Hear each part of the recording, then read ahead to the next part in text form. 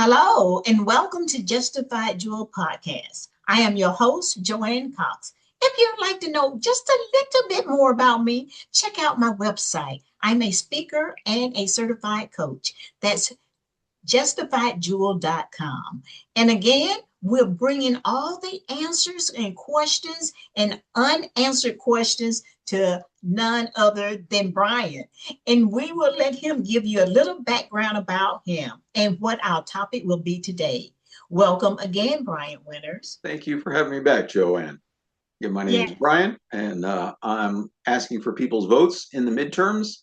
Not for me. I'm not running for anything, but I'm asking you to vote with me so that together we can collectively bargain for a better social contract in the United States. So that looks like a legislative package called the Populist Act. It's 2,000 pages long, and you can find it on my website, votewithbrian.com. And it would improve the quality of life for every single American in a bunch of different ways. And I'm so pleased that Joanne keeps inviting me back to talk about different ones, different reasons. And today we're going to talk about ending government shutdowns. Man, I don't know, Joanne, the first time government shutdown I remember was in 1995, I think, and Newt Gingrich and the Republicans. And of course, I don't remember the year, but I was like, how do you just do that? How do you just shut something down like that and affect so many people's lives? And everyone that's in Congress is doing just fine. I just didn't understand it. So tell me about it, Brian. Well, well, it's probably because it's kind of a new thing. For the first 200 years of this country, if the Congress failed to pass a budget, we didn't shut down. And you might, and which is pretty much what every other country on the planet does too. Mhm. Because if Congress has said, such and such a department should be doing this, then such and such a department should keep doing that, even if they're waiting for Congress to pass a budget. And unfortunately, so the way this came about was in 1980, and the Attorney General, the President Carter, asked him, well, how should we approach this legally? And he wrote a memo that said, oh, actually, if the funds haven't been appropriated by Congress, then all these functions should stop. And this was a brand new opinion, but that's sort of the legal framework that we adopted. And we've had a number of shutdowns since. It seems to have gotten worse over the last 8 or 10 years. And I just want to reiterate, this is a policy decision. We don't have to shut down. There's nothing in the Constitution that says shut down. It's just a decision that was made in Washington, D.C., and we can change that policy. And so the Populist Act would change that policy and put an end to government shutdowns. And with that being said, they control everything. If they say that that's the way the budget is and that's what we need to do, then the repercussions that it fall upon just simply doesn't matter. I mean, when you say shut down, is that the same thing where you don't get paid and because there's a budget, they're going to cut back and now I can't pay my mortgage and now I can't do this and that? Can you just break it down for me as in just because of the budget? And I know the budget is important, just like it is in each person's household. But it doesn't stop anyone when you decide to cut back in your budget. You still pay the mortgage and you still eat. So when they say we're going to have a government shutdown, tell me more about who it affects and how. Yeah, well, okay, let me, in case I wander off track, bring you back to that question. But let's talk about Okay. the how, right? Which is the How? Constitution says Congress has to pass a budget, right? This is Mm-hmm. not a surprise to anyone. This isn't some unexpected event that they have to deal with. It happens Mm-hmm. every single year. And yet, Mm-hmm. in my lifetime, Joanne, I can count on my fingers, on one hand, the number of times that Congress has actually passed a budget by October 1st. Again, this is not a surprise. This is a very, very basic thing that they're supposed to do. And they drop the ball year after year, decade after decade. And it's pretty disappointing, if you want to be honest, if I can Mm-hmm. be honest with you. All right, now where was I? What was your question? That was Okay. Okay, that's the reason it happens, and it happens every year. Mm. They got to go through the budget. It, I think most of us are aware that they sit down at this table and then everybody talk about stuff and then they make this vote. My thing is, when you make that decision, why isn't it present that who is going to affect and how much it will affect them as a country? yeah. Well, I think that's one of the things we saw in one of the most recent shutdowns. I'm honestly I'm losing track of these days, but that was sort of the point, was that one side said we're going to force a government shutdown and it's going to hurt all these people, and so you better give us what we want to make it stop. And this is a terrible negotiating strategy to hurt the American people on purpose. And Mm-hmm. government shutdowns don't save money, because while government employees, generally some of them don't have to come to work during the shutdown. As a general rule, they all get paid all their back pay if and when the budget is passed. And so aircraft traffic controllers, I believe, Mm-hmm. were expected to come to work for more than a month without getting paid. Some of them are having to do DoorDash and things on the side because, as you Mm-hmm. say, people still have bills to pay. Mm-hmm. One of these most recent shutdowns, there was a question of whether or not the military families would get paid. And we talked recently about what does the Populist Act do for military families? How about we put an end to government shutdowns and military families won't have to worry about whether their next paycheck will be there or not? Yes, because I mean that's the issue to me. And as you said, are they really saving any money? And the answer is no, they're not. They're And not. if you're expecting the military, which we talked about on the last episode, to protect the country, and now they're concerned about if their family is eating. And because of the fact that we talked about this universal pay that is not in place at this time, most military people are living from paycheck to paycheck. And they tell us that at one time we needed to have 3 months salary put away, then it was 6 months, and now it's a year. And when you're living from paycheck to paycheck, it means that the car note doesn't get paid. It means the mortgage doesn't get paid, or rent or what have you, and everything just ceases. We can't have the military families, especially protecting the country, not understanding how they're going to take care of their kids. And of course, it's not just the military, it's other people as well. And I Absolutely. want to know what we can do as the populace to make this change. Yeah, and as you said, it's not just military families. It's, according to the Poor People's Campaign, about 130 million people in this country are living in or near poverty. That some 30 million people are food insecure in a given month. And Mm-hmm. so addressing economic insecurity with UBI, with unconditional basic income, will help. It won't solve all the problems in the United States, but it will make all the problems easier to solve. And to your point about government shutdowns costing money, not saving money, the Congressional Budget Office, they estimated back in the 2018-2019 partial shutdown that lasted for like 6 weeks, that it reduced GDP by about $3 billion. I'm sorry, about $11 billion over the length of the shutdown. And while some of that came back, there was about 3 billion that was permanently lost. Because if you think about, if you have an office of government employees who suddenly aren't coming in, well, then that means that they're not shopping at all the local restaurants anymore, and that there's a lot of economic ripples from Mm-hmm. these shutdowns.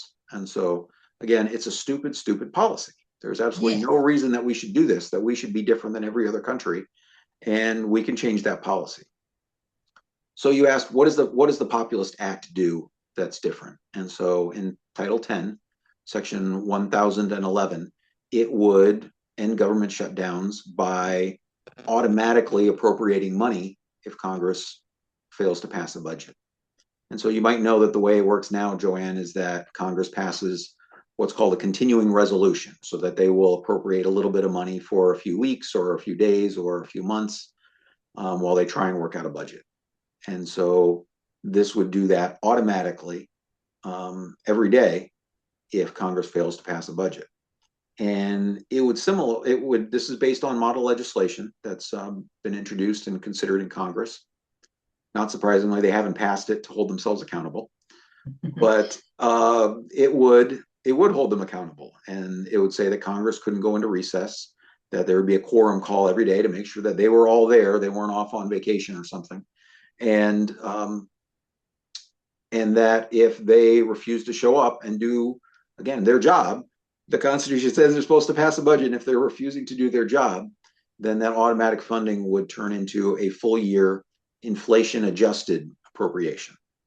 So whatever the last budget was, it would continue at an inflation adjusted amount for the year, so that there would be an answer to this question of whether or not people are going to get paid, whether or not things are going to, if military families will get their paychecks. That sounds good. That sounds really good. That's Title 10. Can I just say this is not ideal, right? That this sort of gives Congress an easy out and say, well, if we don't do our job, it'll just happen automatically. We won't have to make hard decisions. And this is not an ideal situation. The best solution would be for Congress to step up and actually do their jobs. But this at least prevents the greater harm of government shutdowns. But we want it to be where it doesn't exist at all. Yes, we want Congress to do what the Constitution says and pass the budget on time. Again, this is not a surprise. Yes. Every single year, the budget is due by October 1st. Yeah. Yeah. It's not like, you change the dates. It's due. Why can't you bring this?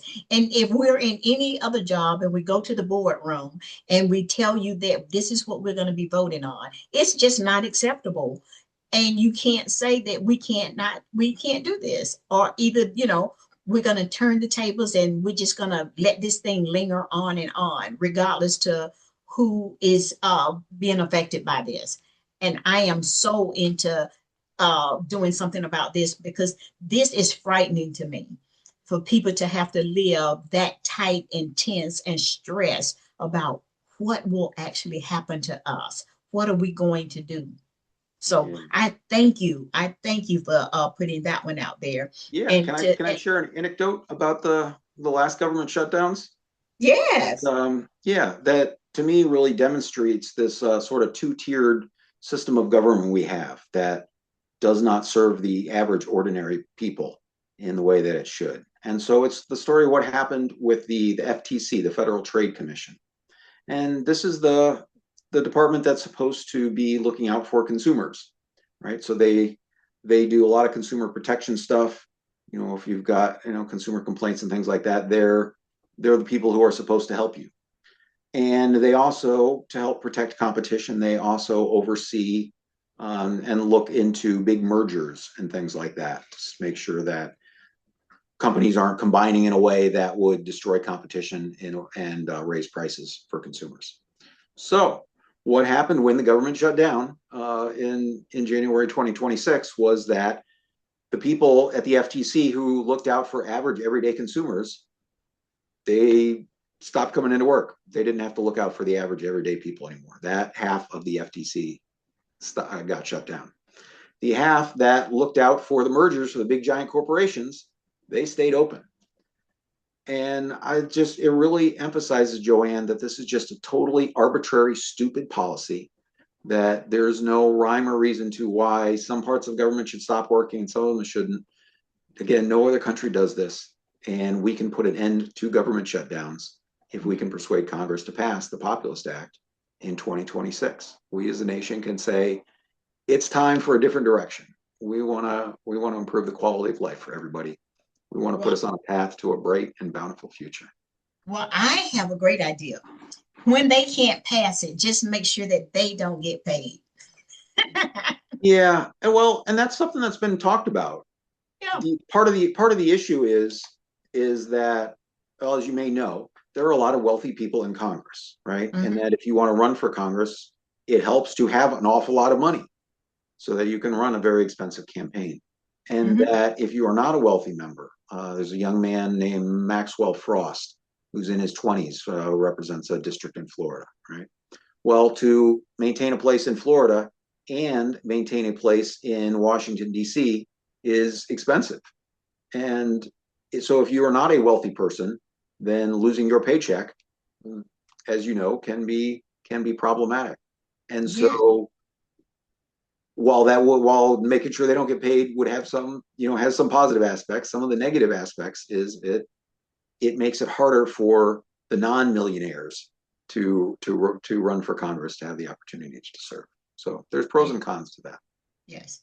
And just me realizing that everyone is not wealthy that's a congressman. That, It's not a, yeah. yeah, I mean, they're there not are wealthy. common stories of, members of Congress who, end up sleeping in their offices or on their, cost of living in DC is expensive. And if you've got extra expenses and as well as a home in your district. That being said, one of the ways that members of Congress frequently make some extra money is by trading stocks.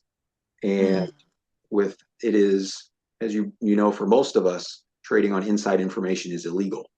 mhm. However, when Congress wrote the rules, they wrote themselves a nice big exception. It is not illegal for members of Congress to trade on inside information. Isn't it amazing how we can write for ourselves and Yeah. not think of other people and then turn around and know that if you're in DC, you can't even vote? Yeah. Yes.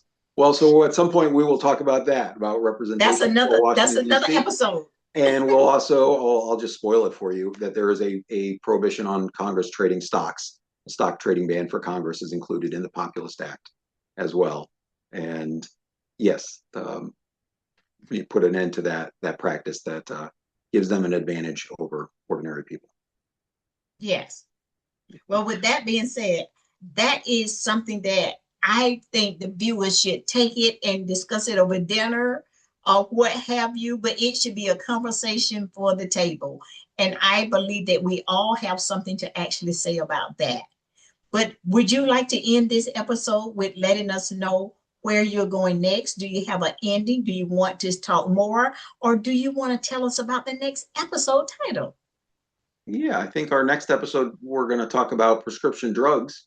And again, I want your viewers to leave hopeful about how much the United States could accomplish if we could stop being bogged down in partisan politics and worrying about who gets elected, and instead we could focus on what do we want to see this country accomplish. And the Populist Act will certainly not solve everything, and it makes a number of policy decisions, as we've talked about, that there are legitimate arguments on different sides, but it will improve the quality of life for every single American.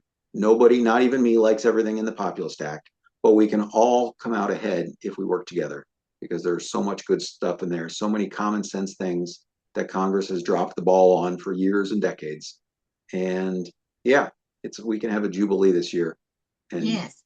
turn our country around if we're willing to work together. So visit my website, votewithbrian.com, to learn more.